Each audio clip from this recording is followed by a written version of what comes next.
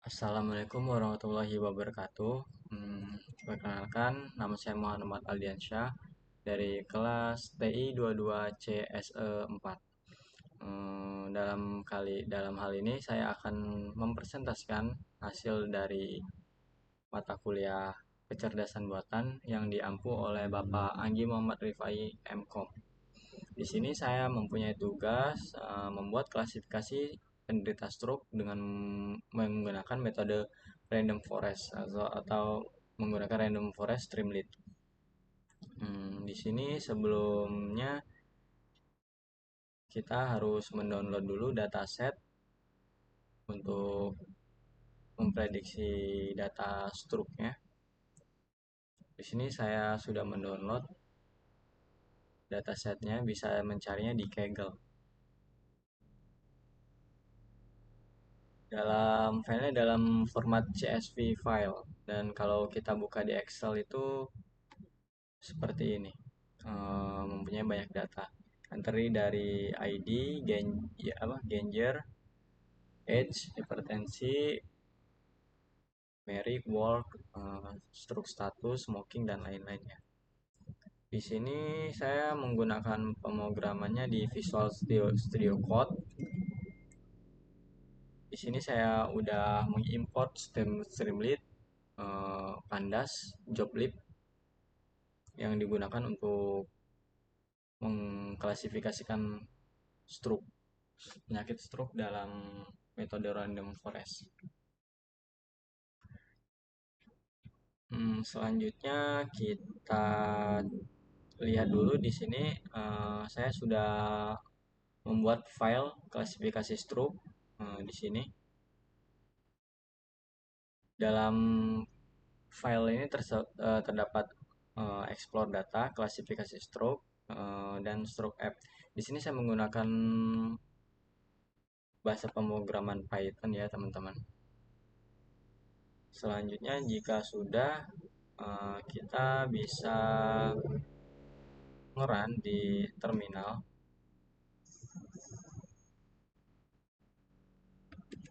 untuk menampilkan streamlitnya.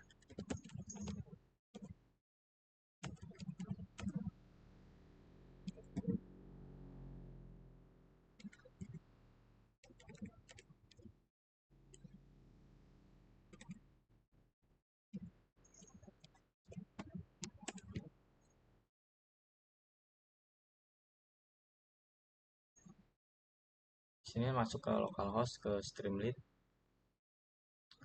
prediksi resiko stroke. Di sini dapat memasukkan informasi pasien untuk memprediksi stroke menggunakan metode random forest dengan smooth. Jadi kita coba masukkan jenis kelamin laki-laki, kerjaannya wira swasta, usianya kita coba di angka 78 tahun, tinggal di perkotaan dengan rada riwayat hipertensi iya, kadar gulanya kita tinggiin coba di angka 200 230, penyakit jantung ya di BMI itu BMI dalam kesehatan. BMI adalah indeks massa tubuh ya, ukuran kesehatan untuk membandingkan berat badan dan tinggi badan seseorang. Cara menghitung BMI seperti ini rumusnya: berat badan dibagi kuadrat tinggi badan atau M2 gitu. Di sini kita coba, ada kok website kalkulator BMI. Nah, kita masukkan tinggi badan 168 dengan berat badannya 75, 83 kilo coba. Usianya kita masukin di sini tadi 78 tahun ya teman-teman. 78 tahun. Mulai perubahan. Nah, di sini terdapat hasil IMT atau BMI-nya, indeks massa tubuh. Di sini ada terdapat keterangan hasilnya ada obesitas level 1 ya, dimana udah ada warning atau kewaspadaan peringatan Kita masukin BMI-nya tadi 29,41. 29,41. Pernah menikah, ya merokok, sedang merokok. Kita lihat prediksi stroke. Nah, di sini terdapat resiko stroke yang sangat tinggi, yang bisa dibilang sangat tinggi dan tinggi karena karena probabilitasnya sebanyak 65,67%. Dengan rekomendasi segera konsultasikan dengan tenaga medis untuk evaluasi atau penanganan lebih lanjut lagi. Di sini terdapat tabel untuk BMI-nya, hipertensi, jenis kelamin, jenis kerjaan, penyakit jantung, pernah menikah, rata-rata glukosa, status merokok, dan tipe tempat tinggal dengan usia yang tinggi. Selanjutnya, setelah kita coba deh dengan diri kita sendiri. Laki-laki usia 25 tahun, swasta, hipertensi, ya mungkin ya, penyakit jantung tidak, pernah menikah belum.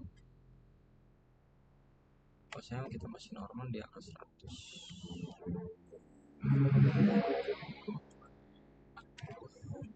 BMI kita hitung lagi ya teman-teman.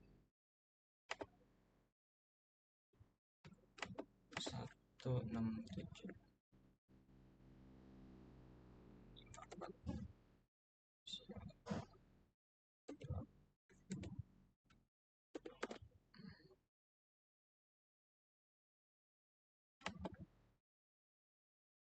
19,36 dan berat badan sama tinggi badan masih normal. 19,36. Tidak merokok, tidak pernah. Nah, di sini resiko terjadinya penyakit stroke dapat dikategorikan sebagai rendah dengan probabilitas 1,67% dengan catatan jaga pola hidup sehat dan lakukan pemeriksaan yang rutin. Seperti pada yang sebelumnya terdapat tabel. Nah, setelah itu di sini terdapat klasifikasi stroke atau model IPNB-nya. Di sini saya sudah membuat klasifikasi stroke dengan smooth dan random forest. Notebook ini menunjukkan implementasi lengkap klasifikasi stroke menggunakan smooth, random forest, dan evaluasi model komprehensif. Nah, di sini saya sudah mencoba langkah-langkahnya untuk memasukkan dan eksplorasi data. Di sini terdapat dataset yang di sini ya teman-teman. Dataset. Di sini terdapat banyak dataset, kurang lebih 5.000-an lebih sepertinya. Ya 5.000 seperti yang di sini sama kan keterangannya. Datasetnya 5.100 dengan 12 table atau kolom itu. Di sini terdapat 12 kolom tadi ya teman-teman. ID, gender, age, hipertensi, riwayat nikah, tipe pekerjaan, tempat tinggal, BMI, smoking status, dan stroke-nya. Nah, selanjutnya setelah itu muncul juga di tabelnya dalam format table klasifikasinya. Terus juga muncul lagi tabel lagi, di sini ada ID, age seperti yang di atas. Ini hasil dari setelah dirunning. Selanjutnya yang kedua ada distribusi stroke. Di sini ada tabel perbandingan stroke-nya, distribusi atau penyebaran stroke. Yang kedua ini masih yang pertama teman-teman tadi. Yang kedua ada processing data. Dalam ini saya sudah juga ngeran, kita juga bisa mapping dari ada jenis kelamin, perempuan atau laki-laki, pernah menikah atau enggak, tipe pekerjaan, tipe tempat tinggal, status merokok, dengan menunjukkan correlation matrix seperti gambar yang sudah muncul di bawah di layar ini ya teman-teman. Dan ketiga split data dan apply smooth. Di sini ada training target distribusi stroke dan testing target distribution stroke. Nah, ini setelah dijalankan Ini yang sudah dijalankan ya teman-teman. Terus yang keempat, model training dengan hiperparameter tuning. Sini juga saya udaran dan hasilnya seperti ini, confusion metricnya. Terus data ROC curve-nya seperti ini, bisa dilihat. Terus yang kelima, fitur importance. Di sini ada metode yang kita pakai yaitu random forest. Di sini terusnya cross validation atau pengecekan ulang validasi, ROC OC scores. Dan yang terakhir ada save model, yaitu untuk menyimpan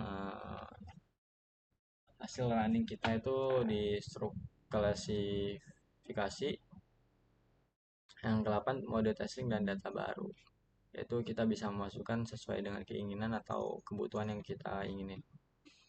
Dari kesimpulan video ini, kita dapat mengeksplorasi data, yaitu menganalisis data set stroke dan mengidentifikasi ketidakseimbangan kelas. Yang kedua, pre-processing, menangani missing values dan encode variable kategorikal. Yang ketiga, smooth, menerkam scientific minority oversampling teknik untuk menangani imbalance data. Yang keempat, ada model training, melatih random forest dan hyperparameter tuning menggunakan grid search CV. Evaluasi, mengukur performa model dengan berbagai metrik. Yang keenam, fitur important, mengidentifikasi fitur-fitur yang penting dalam prediksi stroke. Yang ketujuh, cross validation, memvalidasi model dengan cross validation. Yang ke-8, model saving, menyimpan data dan scalar untuk deployment. Dari hasil ini, hasil utamanya kita telah menerapkan metode random forest dengan smooth untuk mencapai performance yang terbaik dengan fitur pentingnya seperti umur, rata-rata glukosa, dan BMI. Selanjutnya, model ini siap untuk di deployment untuk aplikasi web atau digunakan sebagai bahan acuan seperti kayak gini, seperti BMI ini. Mungkin itu saja yang dapat saya sampaikan. Lebih dan kurang mohon maaf. Wabillahi taufik wal hidayah. Wassalamualaikum warahmatullahi wabarakatuh.